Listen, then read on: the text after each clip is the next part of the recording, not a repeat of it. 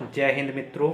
आज हम आप लोगों को एक मानक अक्षांश का शंकु प्रक्षेप बताने जा रहे हैं, जिसको इंग्लिश में कहते हैं conical projection with one standard parallel. Screen पे आपको क्वेश्चन है, जो क्वेश्चन है निम्नलिखित आंकड़ों के आधार पर एक मानक अक्षांश वाले शंकु प्रक्षेप की रचना कीजिए, जिसमें मापनी दी गई है 1:150 मिलियन। मानक अक्षांश है 45 डिग्री और क्षेत्र का विस्तार जो 0 डिग्री से 75 डिग्री उत्तरी अक्षांश तथा 90 डिग्री पश्चिम से 60 डिग्री पूर्वी देशांतर के मध्य और अंतराल जो है 15 डिग्री। अब इसको निकालने के लिए सबसे पहले करते हैं कि आपको लघुकृत पृथ्वी की त्रिज्या निकालते हैं। लघुकृत पृथ्वी की त्रिज्या निकालने के लिए r = पृथ्वी की वास्तविक त्रिज्या बता दी गई मापनी।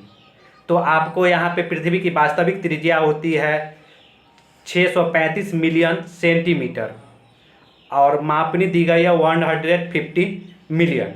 जब हम इसको डिवाइड करते हैं तो लघुकृत पृथ्वी की त्रिज्या आती है 5.5 सेंटीमीटर। अब प्रोजेक्शन बनाने के लिए अब हम क्या करते हैं कि पॉइंट ए से 5.5 सेंटीमीटर की एक सरल रेखा खींचते हैं। यह सरल रेखा खींची गई। अगला स्टेप में ए को केंद्र बिंदु मानते हुए हम करते हैं कि उस पे ए को केंद्र बिंदु पे 90 डिग्री के एंगल बनाते हैं और यहाँ पे हम जो CAB एक 90 डिग्री एंगल बना दी गई है। इसके बाद हम अगले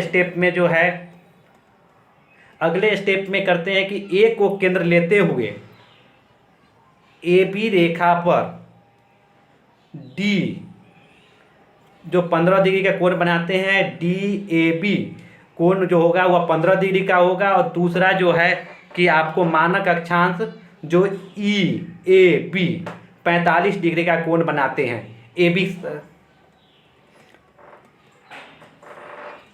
अब अगला स्टेप में देखते हैं कि अब BD को प्रकाल में अपने भरकर और एक केंद्र बिंदु से एक अर्धवृत्त खींचते हैं, जो कि FG को AB रेखा को और AC रेखा को जो FG पे काटती है।